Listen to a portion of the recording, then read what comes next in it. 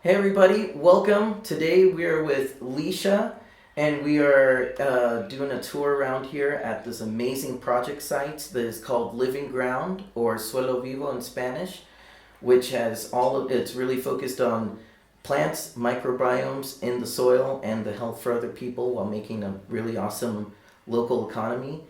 And yeah, we're excited to hear a little bit more. Well, it starts with the soil, the microbe soil. And then with that soil, we inoculate our gardens, and we're growing quite a diverse range of foods and medicines, and food and medicine for the soil as well. Okay, so this is something that I am starting to develop myself. This is a new understanding for me in this. I've never shared this before, but we see, with me making the microbe compost, being taught by Dr. Elaine, and we're microbe farmers, we're not just making compost. I'm kind of lording over what nature does in that act. So I am starting to develop and discover, why don't we make the microbe compost in the garden like nature does? So this is where I'm developing, and then taking those plants and medicines, preserving, harvesting, and utilizing that for product. And in this sort of circle of life that we're creating here, because everything we create, we also give back to the garden. We compost back into the gardens. We're doing the same thing with the micro enterprise. So whether it be essential oils, fermented products, the landscaping team, the microbe compost team, the school, the women working in the kitchen, in the cafe, in the store. Hopefully this becomes a micro enterprise where we are exchanging in our local community. So what we're exchanging is money or credits. It stays with us. It doesn't go outside of this community, which to me is the whole purpose of self-reliance. Is to take care of ourselves, whether as a community or as an individual. The cafe tienda store here and here, area for the plants of my book. It's called Wild Plants, The Secret Garden. And there are 50 plants that grow anywhere in the world. Most of them are weeds. A lot of them aren't known here, but they will grow here. But it's medicine and food. Mm-hmm. Right? So it's not really a weed. People think it's a weed. Well, it's like dandelion or cleavers or chickweed or burdock, and a lot of them are amazing medicines. You know, mullein, and a lot of them I've been able in 14 years to grow here and to propagate, get seed. You know, so I have a lot of, there are 10, 15 generations. So. I mean, everything in these gardens is a product that we will be making and selling. Mm-hmm. We're upping it right now, because if we're going to open in 2 months, like if somebody wants a salad, the salad to me is 10 to 15 different types of greens and lettuces. And I don't want it to be in the fridge. Oh, okay. So the girls will run, get what they need, and assemble it. Yeah, as fresh as possible. Very fresh, very fresh. So this is Market Garden Foods. This is the microbes that he's blended and massaged and is making into an extract, and we spray about once a month. That's a fertilizer. Yeah. Well, no, we don't fertilize. See, fertilization happens because of the microbes in the soil, not because if we fertilize, natural or chemical, we are forcing the plant into a nitrogen growth. So it's nitrogen, air, and water. There's no nutrients. Oh, okay. Okay, so this is the paradigm shift. This is where organic gardening is identical to chemical gardening, because the approach is the same, the intention is the same, and you'll get big, bold, beautiful plants, but they're empty of nutrition. Oh, okay. Right? It's the microbes that bring the nutrients that the plant's requesting to the roots. And they get, in exchange, we call them cookies. So the plant, through its pH, so we don't adjust pH, will go, I need phosphorus or copper or whatever. The microbes, the bacteria and fungi, go get the nutrient, bring it back to the plant roots, and that's how it's so the the goal is get the microbes back in the soil. So it's all about seeding the soil, then the plants and the soil interact naturally through pH and all of that. So it's not about fixing pH. That's a side of, that's the plant communicating what it needs from the soil. Yeah. Wow. Totally, yeah, paradigm shift like you said. It is. It's a and I mean, the same thing happens in here. Mm-hmm. Right? Like the exact same thing is happening with us. So this is our greenhouse. These are all the plants that we're prepping and preparing to sell. This is mostly peppers. We do peppers, tomatoes, and the cucumbers. Cucumbers aren't doing too well, but these are friggin' I love the smell in here. You This can is smell a- all of the plants and herbs. We're specializing in different varieties of hot peppers. So we're making a lot of powders and I'm sure it'd be selling hot Sauces. sauce and things like that, yeah. you'll have a different line of hot sauce. And so the interior is mostly just the different peppers. Call it the toilet paper plant because when you're camping, it's nicer than toilet paper. And it's soft. Oh Very yeah, soft. very soft. This is very important. It helps the lungs. It clears out the lungs and strengthens the lungs. So it's been very important right now with, the whooping cough that's been going around. Lots of mucilage. Yeah, very supportive of the lungs.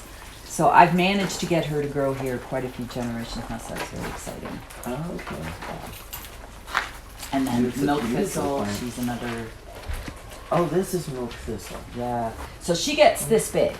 Okay. Yeah, I mean these. I think I'm going to have to transplant these in the gardens, and we'll start new seeds because she won't last in these pots. This is cacao. Now these are from my trees on my property, so I've had a lot of success with cacao in the last 2 years. Like I have abundant cacao pods. So we're starting babies, and I've planted 50 of these plants on my property. I don't think I can grow them here because until we get more of a forest in some of the gardens because they're an understory. So this is our apothecary. So this is where one of the goals is with the micro enterprise that the women can make their product. So I have just been stocking up on bottles and bags and tins, and we've been training them on Saturdays. I've stopped right now because I'm too busy. But the goal is that they can, because they wouldn't be able to afford this base material, right?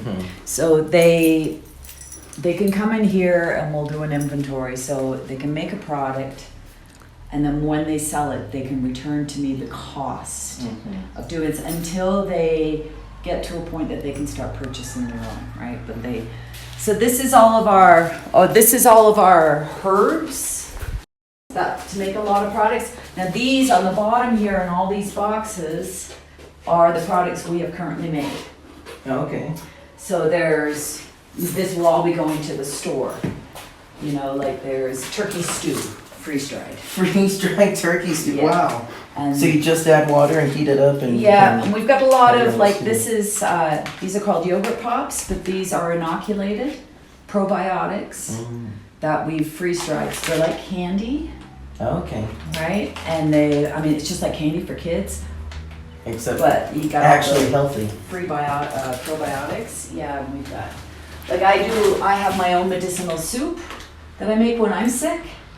So I made a large batch and we freeze dried it, and this is whenever you're feeling sick. But there's like chicken bouillon. So literally chicken bones boiled down with vegetables and herbs and freeze dried.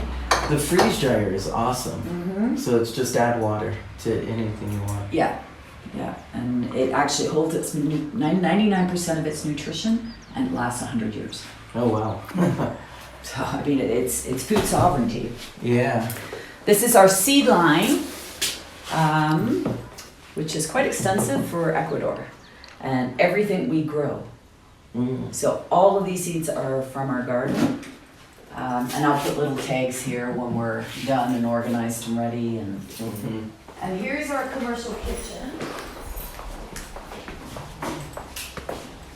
So it's up and operational. This is the freeze dryer. We're giving it a break for a day. It's constantly running.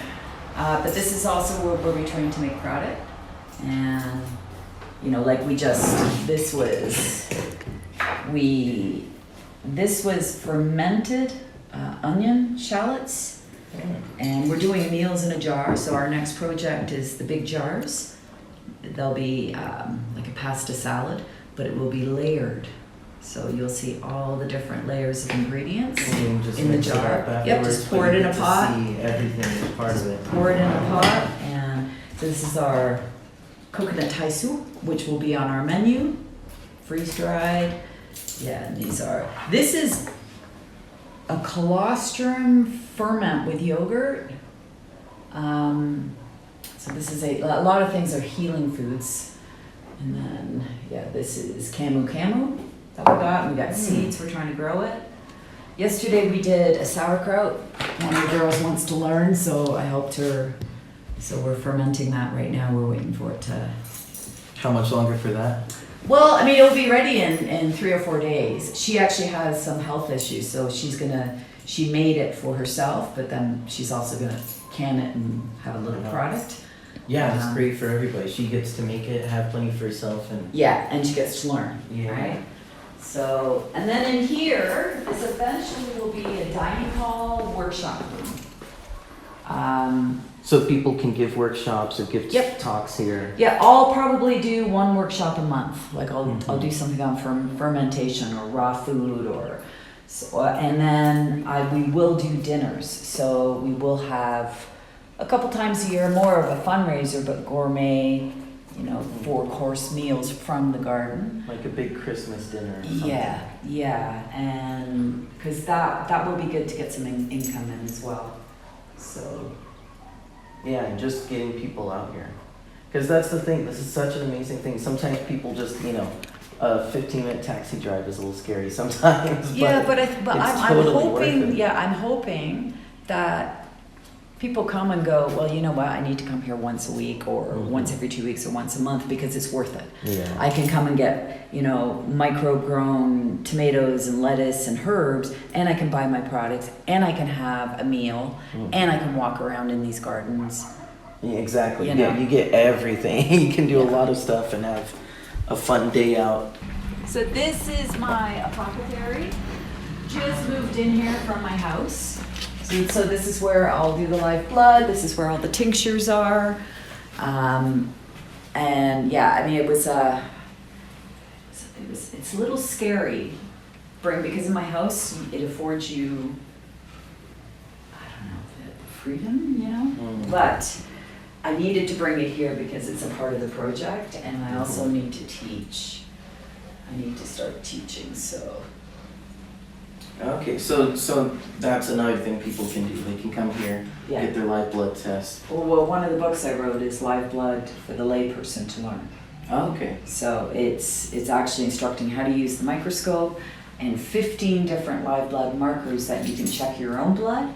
Like you can eat a meal and go, I don't feel very well, and you can look at your blood and go, oh, okay, that doesn't work for me, or I mean, there's a lot of markers, there's over 300 markers, but these 15 markers are the main ones. And so it's just to empower people, self-reliance. Yeah, well, this is like a whole experience to come here. You get food to support the other people with their micro businesses, and then learn about the plants, and then learn about your own body. Yeah, and you have an internal economic system. So let's say in the future somebody comes and they have, I'll use diabetes again, okay, or cancer or any of the big diseases, and they want to learn how to take care of themselves.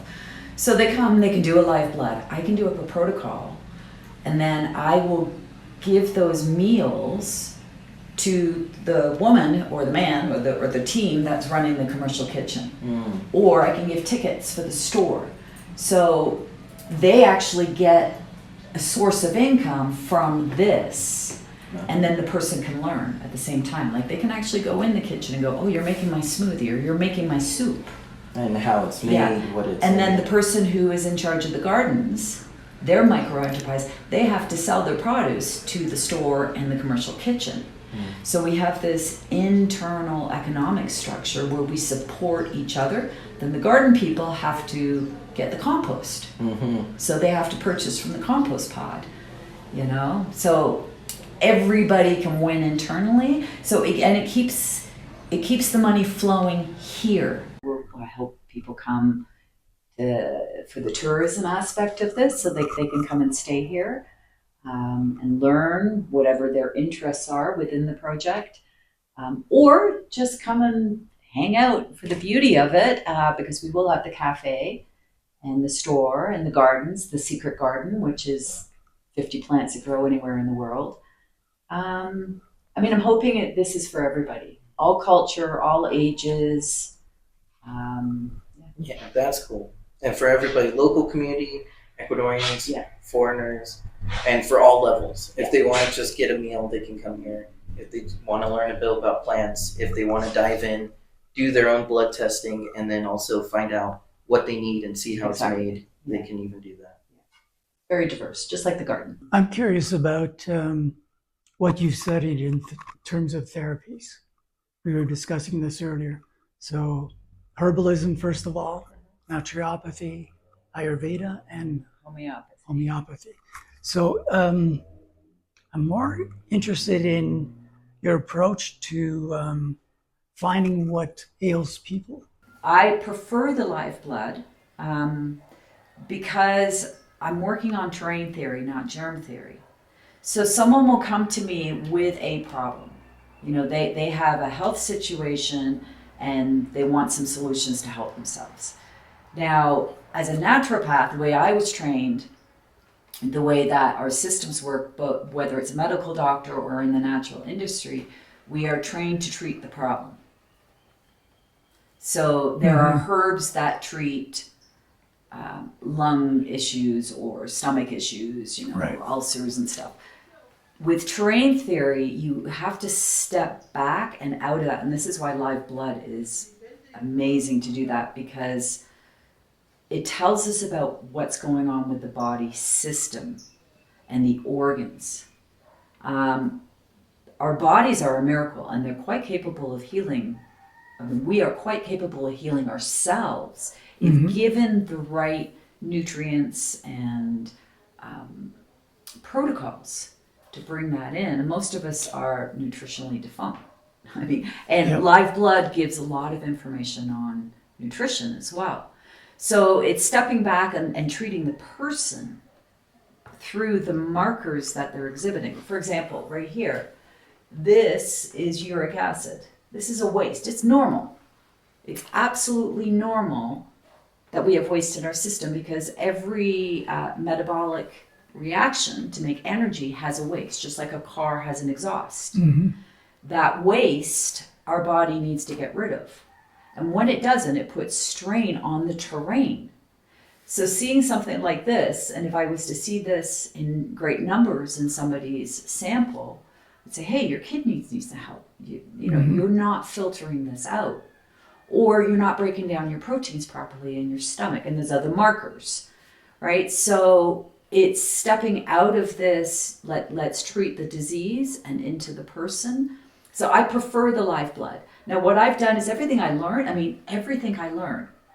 every course I did, practically, except for the Ayurveda and probably the Iridology, I had to unlearn. And I had an aha when I started studying the soil with Dr. Elaine, and I became a good consultant. Elaine Ingham. Elaine Ingham. When I started studying that, I'm like, oh my gosh. I had wormwood and black walnut and clove and oregano oil all in my apothecary. None of that is here anymore. I've taken it out. Really? Because of this act of war. Those things and the concentrations we're making them, sure, we'll get rid of the pathogen. Person will be happy. But they depleted the beneficial biomes. So next time they get exposed, and they will get exposed, it's able to take hold at a greater degree. So I've had to, and this is why I wrote the book on the live blood analysis, and I wrote another book on the human microbiome. Now, it's not a scientific book. It's a common sense book. It's like, how do we re-inoculate? And this is going back to ancestral diets and eating from the garden and not being afraid of germs. So, we will have to clean our lettuces and greens when we're serving a salad, when the cafe is open. because the legal system tells us we have. But if I'm eating it, it's not going to get cleaned. I want those. I want all of those microbes inside of me. That's why kids eat dirt and they're fine. Exactly. And then also the economy part of it, to help out the locals so that they can, people here who are interested can start, relearning the plants and learning like this new paradigm that everybody needs to learn again. And so how are the local people involved in this project? Well, originally I thought it was going to be a project for the gringos to offer the locals, but over the years that I've been working with these people, to be quite honest, Cort, they're happier than most Greek gringos on average. Their families are intact and they're generally happier people.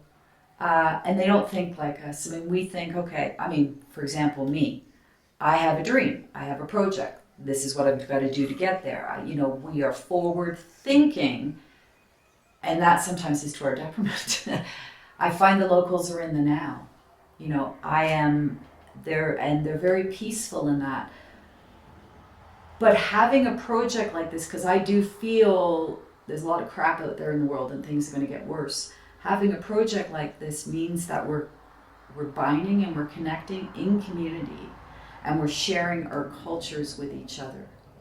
And we have when we're teaching the women, we have a lot of laughter. Most of it's just over translation of what we're trying to communicate to each other. We're also teaching them English.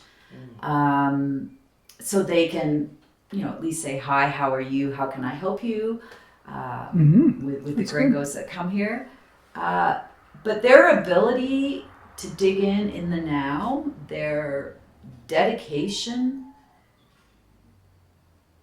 to creating harmony, I've never seen anything like it. Like, it's really, which is like the microbes in the soil, right? They're dedicated to the bigger picture, the family. Yeah. And hopefully we all succeed. I hope. I don't want to run this business. This is not, I didn't get into this to make profit or to be a business owner. And I think I shared with you, which is the silly thing. Sometimes I'm like, I could just play in my garden every day for the rest of my life and be super happy. This is taking a lot of toll and stress. It's not easy. So I intend that all these micro enterprises within the umbrella of Living Ground are taken by the locals as their own micro enterprise. And if people want to find out more information or contact for anything here? On the website, I have 3 websites, but the livingground.art is the project site. They can contact me. Well, thanks for giving us your time and showing us around, and we'll see you again when the restaurant's open. Yeah, thank you.